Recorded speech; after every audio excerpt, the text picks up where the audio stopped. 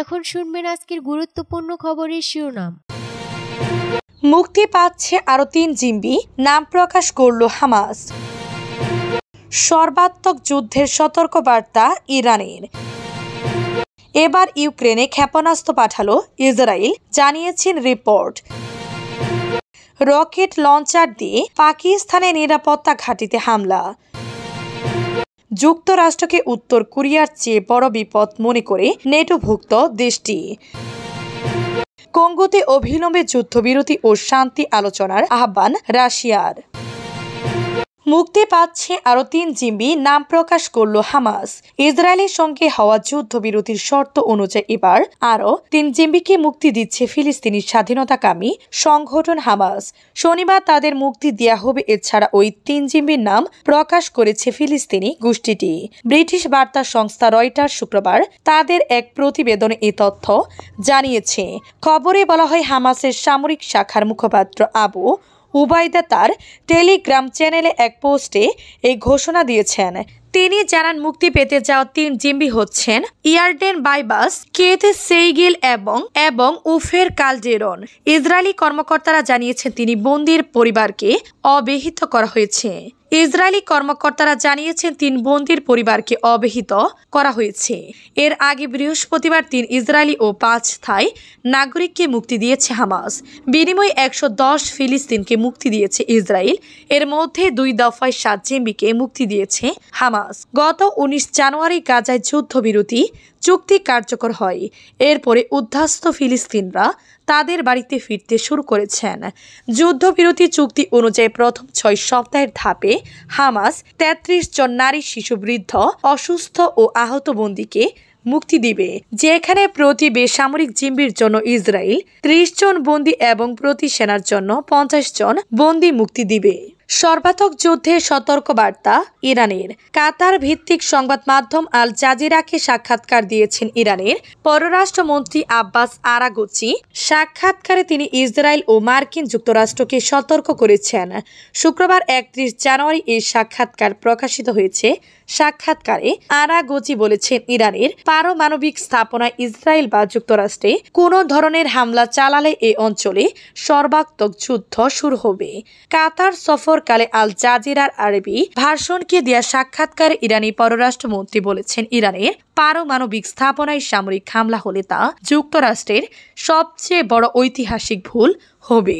Araghchi বলেছেন, Iran যে কোনো হামলার জবাব তাৎক্ষণিক এবং স্পষ্টভাবে দিবে এবং এটি এই অঞ্চলের সর্বাত্মক যুদ্ধ বেঁধে যাবে। আল জাজিরার প্রতিবেদনে বলা হয়েছে, ট্রাম্পের দ্বিতীয় মেয়াদে ক্ষমতা গ্রহণের পর ইসরায়েলি প্রধানমন্ত্রী বেনিয়ামিন নেতানিয়াহুর প্রভাব আরও বাড়বে। এ কারণে ইসরায়েল ইরানের পারমাণবিক স্থাপনায় হামলা চালাতে পারে বলে আশঙ্কা বাড়ছে। আরাগচি বলেছেন, তিনি কাতারের প্রধানমন্ত্রী এবং পররাষ্ট্রমন্ত্রীর সঙ্গে দোহায় আঞ্চলিক ইস্যু নিয়ে আলোচনার জন্য দেখা করেছেন। তিনি বলেছেন, গাজায় যুদ্ধবিরতি চুক্তি সম্পন্নের জন্য আমরা কাতারের মধ্যস্থতায় প্রশংসা করেছি। এবার ইউক্রেনে ক্ষেপণাস্ত্র পাঠালো ইসরায়েল, জানিয়েছে রিপোর্ট। প্যাট্রিয়ট এয়ার ডিফেন্স সিস্টেমের জন্য প্রায় ৯০টি ইন্টারসেপ্টর ক্ষেপণাস্ত্র ইসরায়েল থেকে পোল্যান্ডে পাঠানো হয়েছে। সেখান থেকে এগুলো ইউক্রেনে পাঠানো হবে। নাম প্রকাশে অনিচ্ছুক ৩টি সূত্রের বরাত দিয়ে মার্কিন অ্যাক্সিওস পোর্টাল এ খবর জানিয়েছে। ২০২৪ সালে তেল আবিবের কাছে ক্ষেপণাস্ত্রগুলো চেয়েছিল কিয়েভ। তারা বলেছে অস্ত্রগুলো ইউক্রেন সরবরাহ নয়, সেগুলো যুক্তরাষ্ট্রের কাছে ফিরিয়ে দেয়া হয়েছে। পেন্টাগন এবং মার্কিন ইউরোপীয় কমান্ড উভয়ই অ্যাক্সিওসকে এই ঘটনার বিষয়ে মন্তব্য দিতে রাজি হননি। রাশিয়াও এখনো আনুষ্ঠানিকভাবে এ বিষয়ে কিছু জানাননি। অ্যাক্সিওসের প্রতিবেদন অনুসারে ইসরায়েল প্রধানমন্ত্রী বেনিয়ামিন নেতানিয়াহু কয়েক সপ্তাহ ধরে ইউক্রেনের প্রেসিডেন্ট ভ্লাদিমির জেলেনস্কির ফোন ধরতে রাজি হননি। তবে সেপ্টেম্বরের শেষের দিকে পরিস্থিতি বদলে যায়। রকেট লঞ্চার দিয়ে পাকিস্তানের নিরাপত্তা ঘাঁটিতে হামলা। পাকিস্তানের পাঞ্জাবের দেরা গাজী খান শহরে এক পুলিশ পোস্টে সন্ত্রাসী হামলার ঘটনা ঘটিয়েছে। শনিবার ১ ফেব্রুয়ারি পাঞ্জাব পুলিশের বরাত দিয়ে এই তথ্য জানিয়েছে জিও নিউজ। পাঞ্জাব পুলিশের মুখপাত্র জানান, ১৫ থেকে ২০ জনের একটি সন্ত্রাসী দল গাঞ্জে চেকপোস্টে আক্রমণ শুরু করে হামলাকারীরা রকেট লঞ্চার, হাত বোমা ও অন্যান্য আধুনিক অস্ত্র দিয়ে হামলা চালিয়েছে। তবে পুলিশ দ্রুত এর হামলার জবাব দেয়া শুরু করে। প্রতিবেদনে বলা হয়েছে পুলিশ বাহিনী এই হামলা প্রতিহত করে, তবে সন্ত্রাসীরা পালিয়ে যেতে সক্ষম হয়। জিও নিউজের প্রতিবেদনে বলা হয়েছে সন্ত্রাসীদের ধরতে ইতিমধ্যে ওই এলাকায় অভিযান শুরু হয়েছে, তবে সর্বশেষ ওই এলাকায় কি পরিমাণ ক্ষয়ক্ষতি বা হতাহতের ঘটনা ঘটিয়েছে সেই সম্পর্কে বিস্তারিত কিছু জানা যায়নি। সাম্প্রতিক বছরগুলিতে পাকিস্তানের সন্ত্রাসী হামলার পরিমাণ অনেক বেড়েছে, বিশেষ করে পাকিস্তানের নিরাপত্তা বাহিনীকে লক্ষ্য করে হামলা হচ্ছে।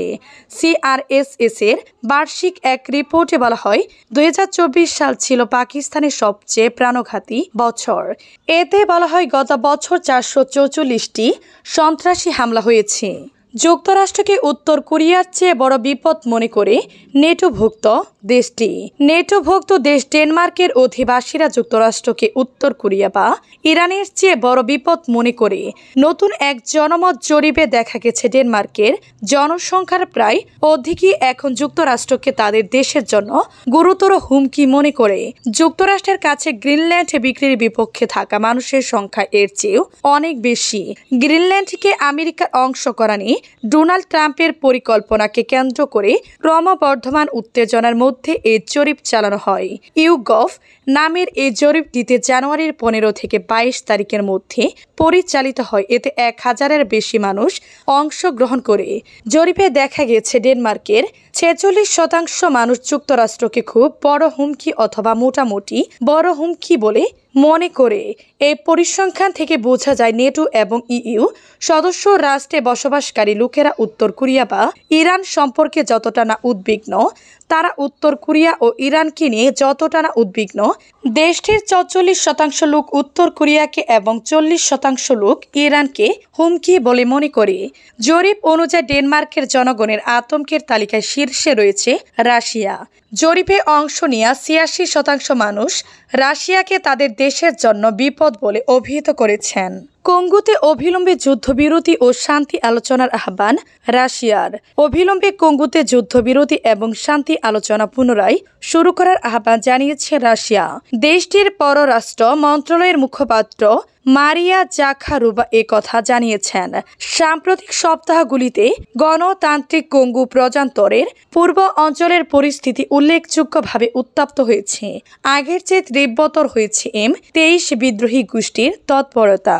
জাকারোভা বলেন, আমরা অবিলম্বে শত্রুতা বন্ধ অধিকৃত অঞ্চলগুলো থেকে M23 বিদ্রোহীদের সরে যেতে এবং কাঠামোর মধ্যে আলোচনার প্রতিক্রিয়া পুনরায় শুরু করতে আহ্বান জানাচ্ছি। এই উত্তেজনাকে আন্তঃরাষ্ট্রীয় সংঘাতের রূপ নিতে